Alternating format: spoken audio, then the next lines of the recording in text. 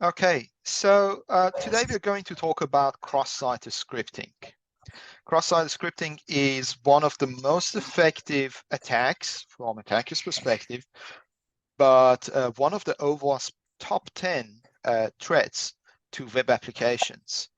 The way it works is normally attackers inject some input through normally JavaScripts or other languages to your web applications and interact with it to find the vulnerability and inject these commands.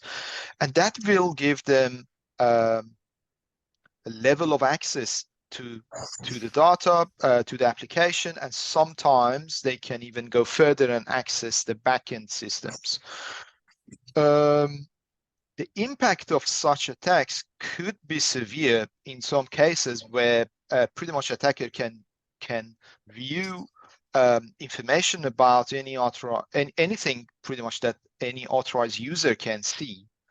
And at the same time, it can cause data breach, any kind of full system compromise, or they can even take it further and expand the attack to the backend systems, as I said. Now, we are going to show you how cross-site scripting works, and my colleague Chi will perform a demo to show you how it's executed, and then we come back to the presentation to talk about what we can do to mitigate such risk in your environment and how CyberDNA can help you as part of your threat exposure management. Okay, Chi, back to you. You can get started, mate. Thanks, Walker, for a very nice introduction.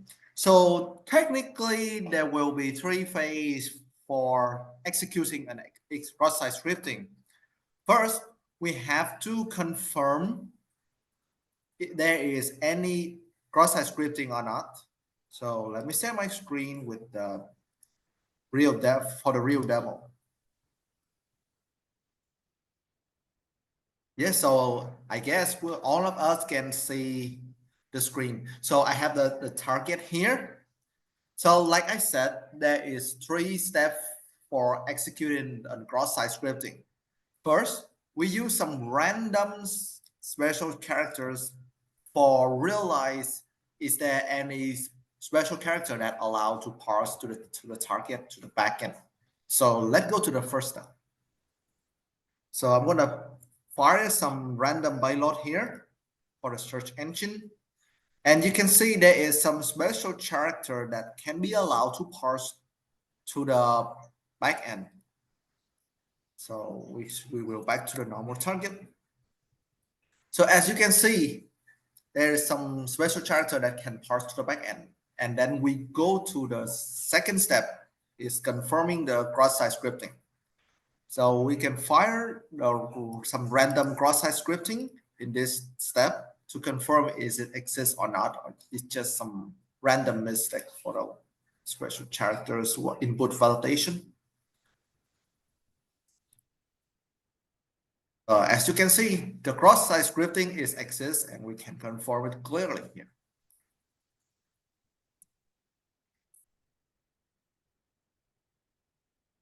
And now for the really third and final stage. After confirming the existence of cross-site scripting, we can go for the kill. There is a various way to go for the kill via a cross-site scripting. And one of the dangerous exploit chain for that is remote file inclusion. Mostly the attacker will include the malware in the cross-site scripting payload. And for further understand, I have some malicious link here.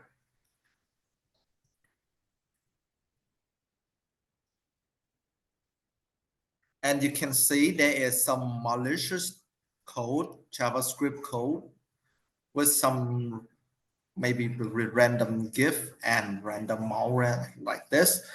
And now I can execute the kill, the exploitation with this payload.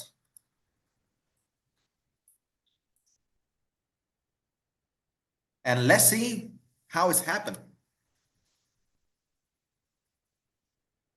And as you can see, I can execute on remote file inclusion via a cross-site scripting payload.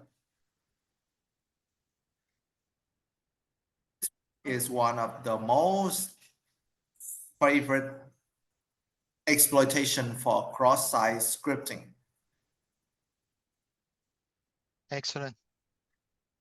Thank you, Chi. That's it. Yeah, and that's it for my demo. And back to Marco. Thank you. Let me share my screen. All right.